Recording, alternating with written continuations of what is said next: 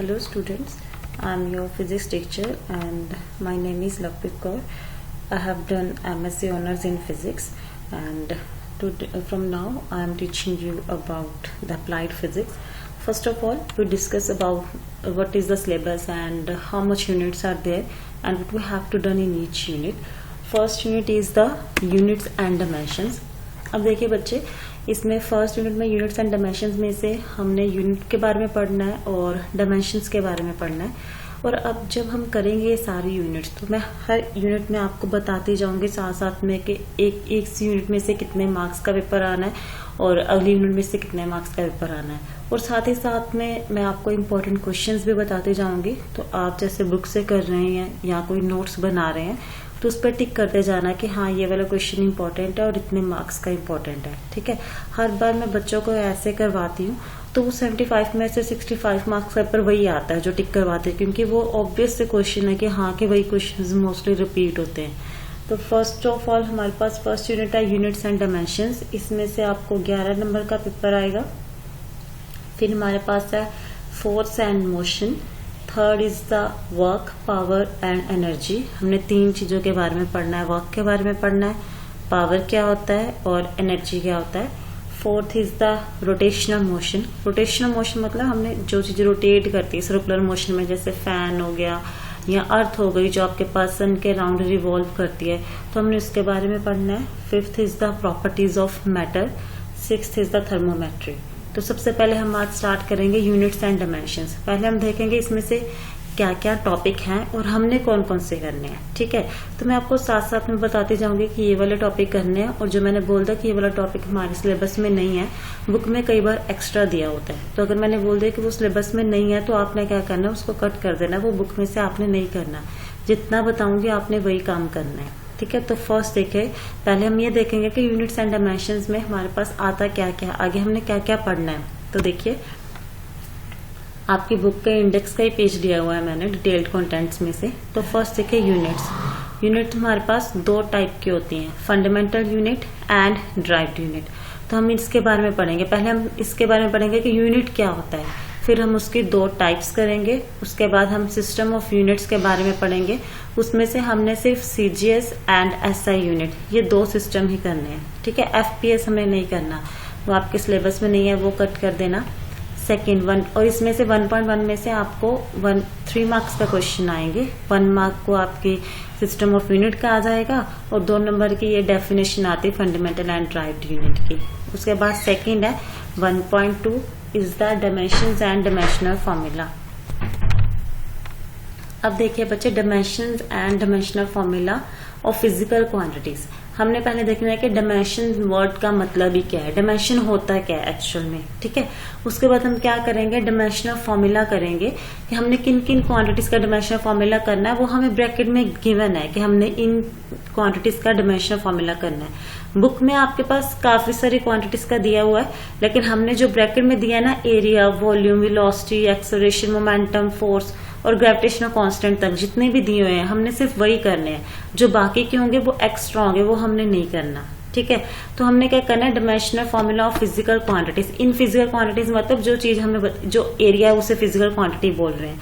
ये सारी जो है टर्म्स इन्हें फिजिकल क्वांटिटी बोलते हैं। हम इसे टर्म्स भी बोल देते हैं, फिजिकल क्वांटिटीज भी बोल देते हैं। ठीक है, तो इन सभी के हमने डायमेंशनल फॉर्मूला करना है। ये एक नंबर का आएगा, इनमें से किसी का भी आ सकता है आपको, कि आपको बोल सकते हैं what is the dimensional formula of area, या आपको बोल सकते हैं what is the dimensional formula of energy, power, किसी का भी बोल सकते हैं। ठीक है, तो ये एक नंबर का क्वेश्चन आएगा, लेकिन आपने इसे लर्न नहीं करना। मैं आपको बताऊंगी कि हम ये कैसे फाइंड कर सकते हैं, लर्न नहीं करना। लर्न करके आपको कभी भी याद नहीं होगा।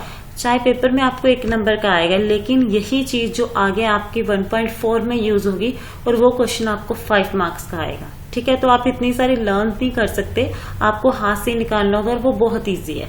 फर्स्ट ऑफ ऑल इसके बाद 1.2 के 1 मार्क का पेपर आएगा। 1.1 में से 3 मार्क का पेपर हो गया, इसमें से 1 मार्क का हो गया। उसके बाद देखिए 1.3। अब देखिए बच्चे, इसमें से तो हमारे पास 1.1 में से 3 मार्क्स का हो गया, 1.2 में से 1 मार्क का हो गया।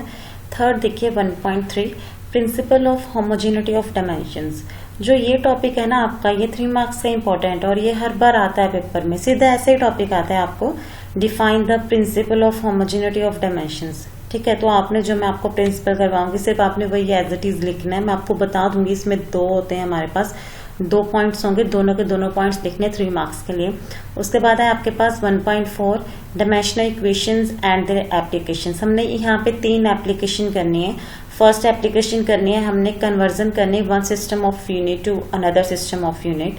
फिर हमने चेक करना है कि जो डायमेंशनल इक्वेशंस होंगे वो ठीक है या नहीं, और उसकी डेरिवेशन। तो ये 3 डेरिवेशन हमने करनी है, जिसमें से आपको 5 मार्क की एक डेरिवेशन आती है, हर बार आती है पेपर में। ठीक है, तो हमारे पास टोटल हो गया 5 नंबर का 1.4 में से हो गया, 3 नंबर का यहाँ से हो गया, 1 नंबर का यहाँ से हो गया, तो 9 नंबर का ये पेपर और 1 मार्क का 3 मार्क का इसमें से, तो 11 नंबर का आपको ये पेपर तो आता ही आता है। कई बार हो जाता है कि 1.5 और 1.6 इन दोनों में से भी 1-1 नंबर का आ सकता है। लिमिटेशन पूछ लेते हैं, डायमेंशन आंसर इसकी क्या है, 2 बोलनी होती है अगर 1 मार्क का आता है।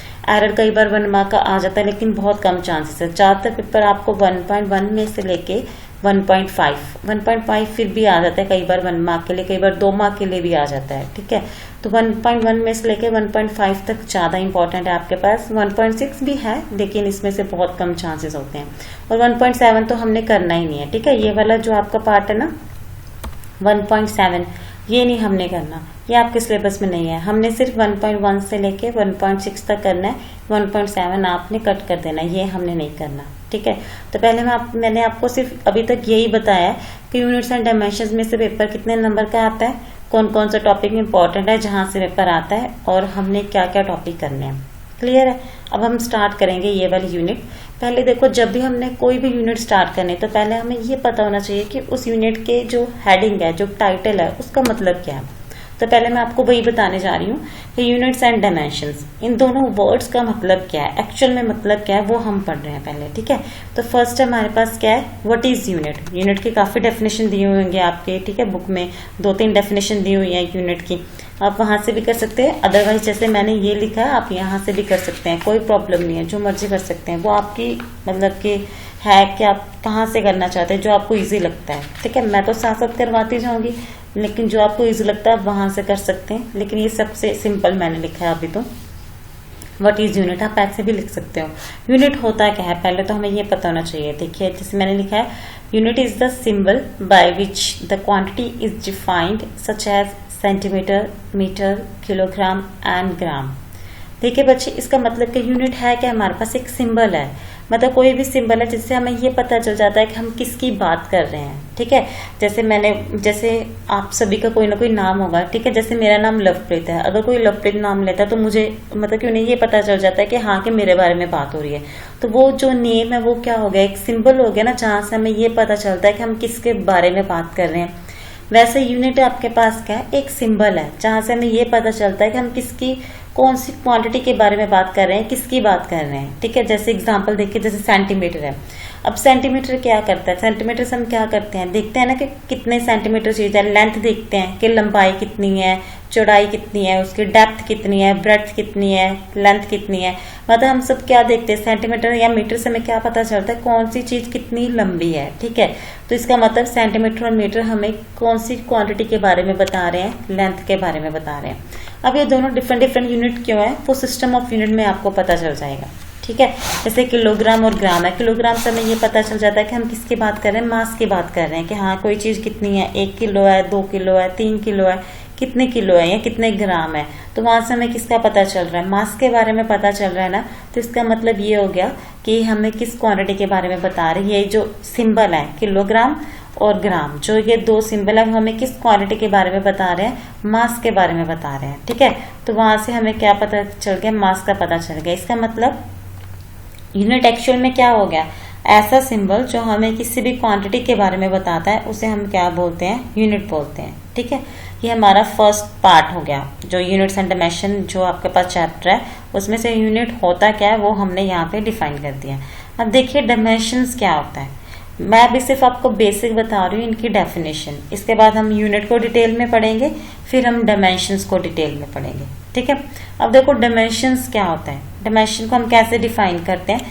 डायमेंशन वर्ड ही बच्चे आपके पास हमेशा इस सिंबल से डिफाइन करते हैं, मतलब ऐसे डिफाइन करते हैं। डायमेंशन का मतलब क्या है, जिसमें आपके पास हम क्या लिखेंगे, स्क्वायर ब्रैकेट, ऐसे ब्रैकेट डालोगे, ऐसे ही लिखना है बिल्कुल, ये नहीं कि आपने MLT डाल दिया और ब्रैकेट नहीं डाली तो गलत हो जाएगा, ठीक है। आपने ऐसे ही लिखना है डायमेंशंस को, जैसे ये MLT, यहाँ पे ब्रैकेट डालनी है, M लिखना है, और जो ये A है वो वहां पे A की जगह पे क्या आएगा, 1 2 3 4 5 कुछ भी आ सकता है, वो मैं आपको बताऊंगी कैसे। B की जगह पे भी 1 2 3 4 5 -1 -2 कुछ भी आ सकता है, वो हम करेंगे। C की जगह पे भी ऐसे। लेकिन M का मतलब क्या है, मास के बारे में हम बात कर रहे हैं।